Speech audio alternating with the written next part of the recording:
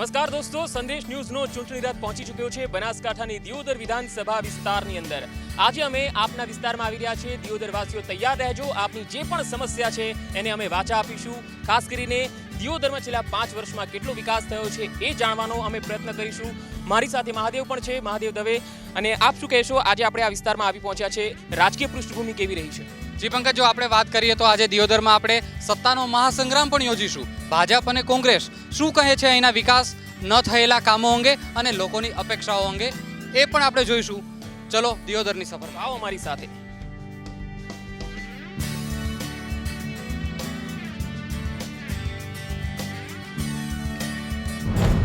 સંદેશ ન્યૂઝનો ચૂંટણી રથ પહોંચી ગયો છે દિયોદર મત વિસ્તારમાં અને અત્યારે અમે ફરી રહ્યા છીએ અહીંના મેઇન બજારમાં। આપ મારી પાછળ જોઈ શકો છો, આ એક રેલવે બ્રિજ છે જે 15 થી 20 મિનિટે બંધ થાય છે અને અહીંના જે સ્થાનિક લોકો છે દિયોદરવાસીઓ, તેમનું કહેવું છે કે વારંવાર રજૂઆત કરી હોવા છતાં આ બ્રિજ હજુ સુધી બન્યો નથી અને ટ્રાફિક જામની સમસ્યા સર્જાય છે। દર 15 થી 20 મિનિટે એમને અહીં રોકાવવું પડે છે અને કોઈ અગત્યના કામ હોય, હોસ્પિટલ જવું હોય તો એમને ભારે તકલીફોનો સામનો કરવો પડી રહ્યો છે। આપણી સાથે કેટલાક સ્થાનિકો છે, આપને પૂછવા માંગીશ, આ ઓવરબ્રિજની ક્યારે રજૂઆત થઈ હતી? રજૂઆતો થાય છે પણ બાકી કામ નથી થતું હોતું સમયસર। આગેવાનો પણ મહેનત કરતા હોય છતાં પણ એનો કોઈ નિર્ણય લેવાતો નથી હોતો। બીજો નંબર કે ઠેર ઠેર ગંદકી છે। શૌચાલય જુઓ તો બસ સ્ટેન્ડની અંદર દેખવા જાઓ તો પણ લોક મારેલા હોય છે। મેનેજરને કહેવા જાઓ તો જવાબ નથી આપતા। 15 ને 20 મિનિટથી આ ફાટક બંધ રહે છે। લોકોને કલાક 2 કલાક ગમે એવા કોમે પ્રાંતમાં હોય, તારીખે આપવું હોય, કોર્ટમાં જવું હોય તો બીમાર હોય તો આ ફાટક જ્યારે આવે ત્યારે આ ફાટક 15 20 મિનિટ બંધ હોય। સમસ્યા એ છે કે સાહેબ એમ્બ્યુલન્સ આવે છે, કોઈ 108 ઇમરજન્સી કેસ હોય છે, કોઈ દાદાએ કીધું એ વસ્તુ છે કે 10 મિનિટે બંધ હોય છે, બરોબર। ઘણા કિસ્સામાં તો એવા જોયા છે કે એમ્બ્યુલન્સના કારણે, ફાટકના કારણે એમ્બ્યુલન્સને રોકવી પડે છે, આ છે ના છે। ફાટકની પેલી બાજુ રહેવાળા લોકો વધારે છે, તેમને સ્કૂલે આવતા સ્ટુડન્ટો માટે અપડાઉન કરવાવાળા લોકો વધારે છે। તેમને અહીં જવા માટે, સ્કૂલમાં આવવા માટે લેટ થાય છે। 10 મિનિટ થાય એટલે બ્રિજ બંધ થઈ જાય છે, 15 મિનિટે ખુલે છે આપણું। દિયોદર રેફરલની અંદર કોઈ સારો ડૉક્ટર જ મળતા નથી। કોઈ સારો ડૉક્ટર વસ્તીમાંથી થરા જવું પડે છે, બહાર કોઈ સારો ડૉક્ટર નથી રેફરલમાં। આજની તારીખમાં આ લાખણી અને દિયોદર બંને તાલુકા મથક છે। તાલુકા મથક ઉપર એક પણ આઈટીઆઈ કોલેજ નહીં, ગર્લ્સ કોલેજ નહીં, કોઈ પણ વસ્તુ, બસ સ્ટેશન નહીં, શૌચાલય, પેશાબ કરવા માટે જવું આજ બેન દીકરીને તો પણ પ્રોબ્લેમ છે। ગમે ત્યારે એમને મળવા જો, ચૂંટણી આવે ત્યારે આવે, પછી વત્તા કે કોમ આલું, ધારો કે આ પુલ બનાવો તો એમના માણસ હોય કે ગ્રામ પંચાયત હોય કે ગ્રામ પંચાયતમાં તમારે રોડ બનાવો કે કચરો સાફ કરાવો, એમના માણસો હોય અને એમના માણસોને કોન્ટ્રાક્ટર આપો તો એ રહી એમને આપણને ગ્રાન્ટ આપે, બધું કરવાનું। તો આપણે જોયું કે રેલવે ઓવરબ્રિજનો પ્રશ્ન છે એ અહીંના સ્થાનિકોનો મુખ્ય છે, પરંતુ શિક્ષણ ક્ષેત્રે પણ અહીં તકલીફો છે। સ્વચ્છતાના નામે અહીં મીંડું છે એવું કહેવું છે અહીંના સ્થાનિકોનું। તો આ અહીંની મુખ્ય સમસ્યા છે જે અહીંના સ્થાનિક લોકો કહે છે કે જે પણ નેતા આવે આ સમસ્યાને મહેરબાની કરીને ઉકેલે, એવું આ કહેવું છે। આવો આ મત વિસ્તારના અન્ય કેટલાક રંગોને જોઈએ।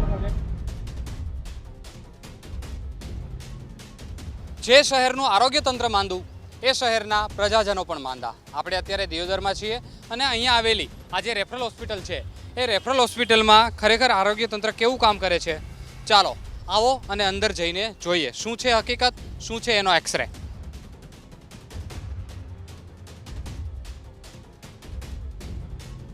આપણે અત્યારે દિયોદરની રેફરલ હોસ્પિટલમાં છીએ। આસપાસના 72 ગામના લોકો માટે આ હોસ્પિટલ આશીર્વાદરૂપ સમાન છે। અહીંયા કરોડોના ખર્ચે વસાવેલા સાધનો પણ છે, બિલ્ડિંગ પણ છે, સવાલ માત્ર તબીબો સહિતના સ્ટાફનો છે। અહીંયા શું તકલીફ છે, શું પ્રશ્ન છે રેફરલ હોસ્પિટલનો? રેફરલ હોસ્પિટલમાં superintendent, MS, MBBS, gynaec, dentist અને સોનોગ્રાફીની ટેકનિશિયન સ્ટાફની જોગવાઈ છે, એનું મહેકમ મંજૂર થયેલું છે, પરંતુ હાલે માત્ર એક જ ડૉક્ટર મિસ્ટર ઝા એ હાજર છે। એના સિવાય છેલ્લા 1 વર્ષથી એક ડૉક્ટર ઉપર આ હોસ્પિટલ ચાલે છે। સરકાર તરફથી ડૉક્ટર જે મૂકવા જોઈએ એ મૂકતા નથી, એના કારણે લોકોને પૂરતી સગવડતા મળતી નથી અને તબીબો અને સહિતના સ્ટાફનો અભાવ। આનો જવાબ આપવા માટે ભાજપના ભરત જોશી આપણી સાથે છે। ભરતભાઈ, ખરેખર આ હોસ્પિટલની વાસ્તવિક સ્થિતિ શું છે? આ તમામ આક્ષેપો વાહિયાત છે। આપ રૂબરૂ જોઈ આવો, ત્યાં ડૉક્ટર સાહેબ હાજર છે, એમનો 11 જણનો ડે અને નાઇટ, ડે આઉટ સ્ટાફ પણ હાજર છે। અમે અત્યારે દિયોદર પહોંચ્યા છે, પરંતુ અમને અહીં જાણવા મળ્યું છે કે દિયોદરથી માત્ર 1.5 થી 2 કિલોમીટરના અંતરે સણાદરા ગામ છે, જ્યાં મિની અંબાજી એટલે કે અંબાજી માતાનું એક એવું મંદિર આવેલું છે જે ખૂબ જ પ્રખ્યાત છે અને દિયોદરની ઓળખ છે। આવો મંદિરના કરીએ દર્શન અને પછી જઈએ વિસ્તારમાં।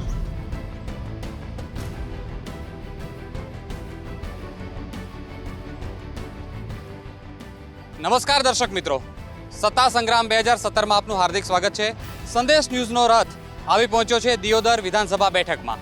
અહીંયા લોકોના પ્રશ્નો શું છે, સમસ્યા શું છે, કેટલી કામગીરી થઈ છે, કેટલી કામગીરી નથી થઈ, આ તમામ મુદ્દે આપણે ભાજપ અને કોંગ્રેસ બંને નેતાઓના જવાબ લઈશું અને પ્રજાની જે વેદના છે તેને પણ જાણીશું.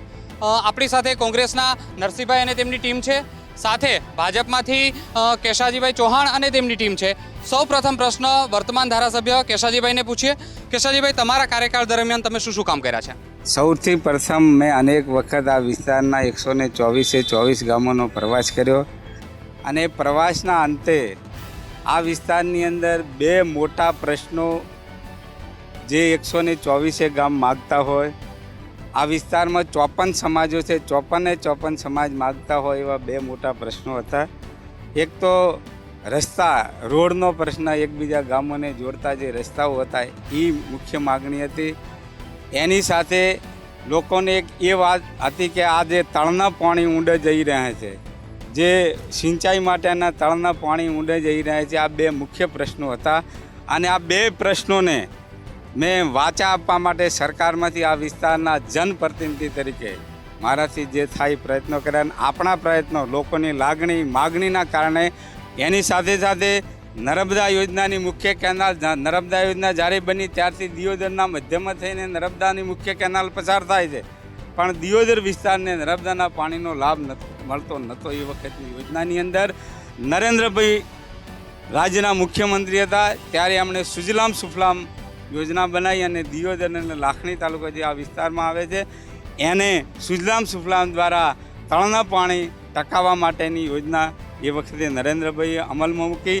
અને વર્તમાન લોકોની જે માગણી છે કે આ તળાવો ભરાય, સિંચાઈના પાણી માટેની વ્યવસ્થા થાય, તો મને કહેતા આનંદ થાય છે કે આ ગયા બજેટની, માર્ચના બજેટની અંદર ગુજરાત સરકારે આપણી માગણીને 100 લાખ રૂપિયા સર્વે માટે ગુજરાત સરકારે એનું આયોજન કર્યું. અને દિયોદર વિસ્તારની અંદર પણ આ સિંચાઈના પાણી માટે લોકોની લાગણી કેવી રીતે વાચા આપવા એનો રાજ્ય સરકારે સ્વીકાર કર્યો છે અને એનું સર્વે ચાલુ થઈ ગયું છે.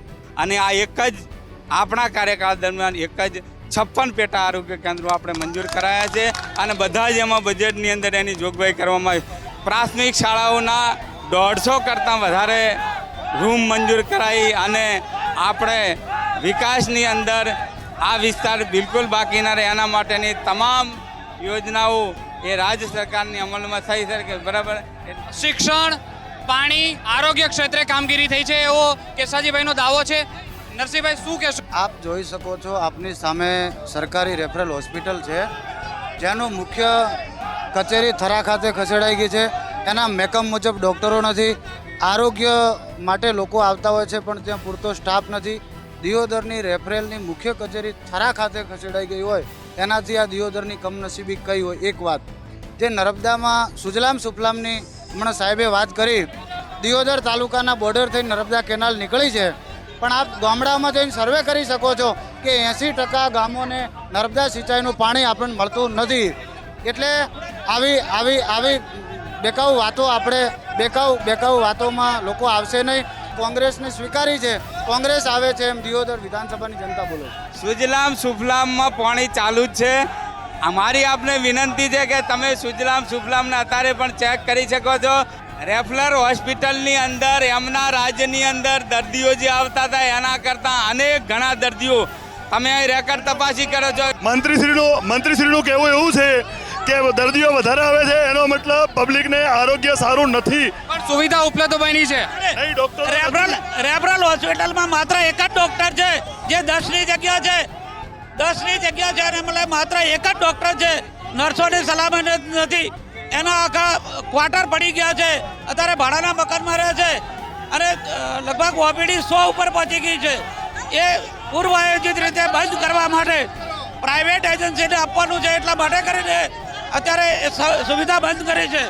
પ્રજાના પ્રશ્નોને લઈને ભાજપ અને કોંગ્રેસ બંનેનો એકબીજા પર આક્ષેપ છે. ત્યારે આ તાલુકામાં ખેડૂતો માટે ખરેખર કેટલું કામ થયું છે એ માટે એપીએમસીના ચેરમેન છે શિવાભાઈ આપણી સાથે, એમને પૂછીએ કે ખેડૂતોને હાલ ક્યાં તકલીફ પડી રહી છે અને શું કામ થયા છે. શિવાભાઈ, ખરેખર ખેડૂતોના કામ થયા છે કે નથી થયા, અને થયા છે તો ક્યાં કામ થયા છે, ક્યાં નથી થયા? 2 વર્ષથી તો ખેડૂતો બેહાલ થઈ ગયા છે. અત્યારે હાલ તો આખા બનાસકાંઠાના માર્કેટની પરિસ્થિતિ છે 3 દાડ છે સદંતર માર્કેટ બંધ છે, કારણ કે ખેડૂતોને માલના ભાવ પૂરતા મળતા નથી. ગુજરાત સરકારે અને કેન્દ્ર સરકારે ખેડૂતો માટે જે કંઈ કરવું પડે એ કર્યું છે. ગુજરાત એ 1% વ્યાજથી ખેડૂતોને પાક ધિરાણ આપે છે. બટાકાની અંદર ખેડૂતો અને એમના પોતાના બટાકા બહાર મોકલી શકે એના માટે સરકારે એમની અંદર સબસિડી બહાર મોકલવા માટેની જાહેર કરી છે. અને હજી પણ એ બાબતે જે કંઈ કરવું અને સરકાર એમાં જે કંઈ કરવું પડે એ કરવા માટે તૈયાર છે. આ વિસ્તારમાં ને ડીસા વિસ્તારની અંદર બટાકાના કોલ્ડ સ્ટોરેજ છે. દિયોદર વિસ્તારમાં તો 1-2 જ કોલ્ડ સ્ટોરેજ છે, એટલે અહીં કોઈ પ્રશ્ન જ નથી. કોંગ્રેસનો જવાબ લઈએ કે ખરેખર શું છે. હકીકત એવી છે કે આજની તારીખમાં બટાકાનો ભાવ મણના 20 થી 30 રૂપિયા મળે છે, અને રાયડો એરંડા હવે 600 રૂપિયા, જે આજથી 20 વર્ષ પહેલા કોંગ્રેસની સરકારમાં જે ભાવ ચાલતા હતા એ આજે પણ ચાલે છે. હજી સુધી ખેડૂતોને વળતર મળતું નથી. પાણી સાહેબ મહિના પહેલા 2 મહિના પહેલા ઉનાળો સિઝનમાં બંધ થયું હતું. ગુજરાતમાં પાણી અહીંયા નથી, આ બાજુ નદી પર નથી. અને સુજલામ સુફલામ યોજનામાં કેનાલ જે છે પાણી નથી છોડવામાં આવતું, આક્ષેપ છે. આપના માધ્યમથી સમગ્ર દેશને અને ગુજરાતને જણાવવા માંગુ છું કે સુજલામ સુફલામ યોજના એ નરેન્દ્રભાઈ મોદીનું સ્વપ્ન હતું અને છે. આજે નહેરમાં પાણી ચાલુ છે. કોંગ્રેસનો આક્ષેપ ખોટો છે. બિલકુલ અત્યારે પાણી ચાલુ છે. કોંગ્રેસનો આક્ષેપ બિલકુલ ખોટો છે. મારે કહેવું છે કે જ્યારે સુજલામ સુફલામનું કામ ચાલુ હતું ત્યારે આ કોંગ્રેસે જેમ કહેતી હતી કે ખાડા મત ખોરો, ખાડા મત ખોરો, આમાં પાણી નથી આવતું ને હવે એ જ પાણી માગે છે. આદરણીય બીકે ગઢવી સાહેબ, સુજલામ સુફલામ ને 2 મિનિટ ઓબળો. તમારી તાકાત હોય તો ડિબેટ ઓબળો. તમારી તાકાત હોય તો હું એક માન્ય ભાજપના નેતા લાખણીના છે. હકીકત એને પૂછીએ. હકીકતે હું લાખણીનો છું. લાખણીમાં હાલ પાણી સુજલામ સુફલામનો ચાલુ છે અને એ સંદેશવાળાની આપની ટીમ પણ જોઈ શકે છે આ વાત. હું એના માટે ખેડૂતોનો આંદોલન હતો અને ત્યાં જમીન સંપાદન નથી થઈ, એ જમીન સંપાદન હવે થઈ ગઈ છે અને કેનાલનું ટેન્ડર પણ અપાઈ દીધું છે. ટૂંક સમયમાં કેનાલ પૂરી થશે અને સંપૂર્ણ ચાલશે. ભાજપની સરકારે 24 કલાકની અંદર ફલટ સમયે સંપૂર્ણ સહાય પૂરી પાડી છે. લોકોને બચાવવાનું કામ કર્યું છે. અમારી મહિલાઓને વિધવા બેનને પેન્શન નહીં મળતી. પોલીસ ભરતીની અંદર 33% અનામત આપવાનો ઐતિહાસિક નિર્ણય અમારી સરકારે લીધો છે. અને નારી શક્તિની વાત કરે છે, આ લાજવાના બદલે ગાજે છે.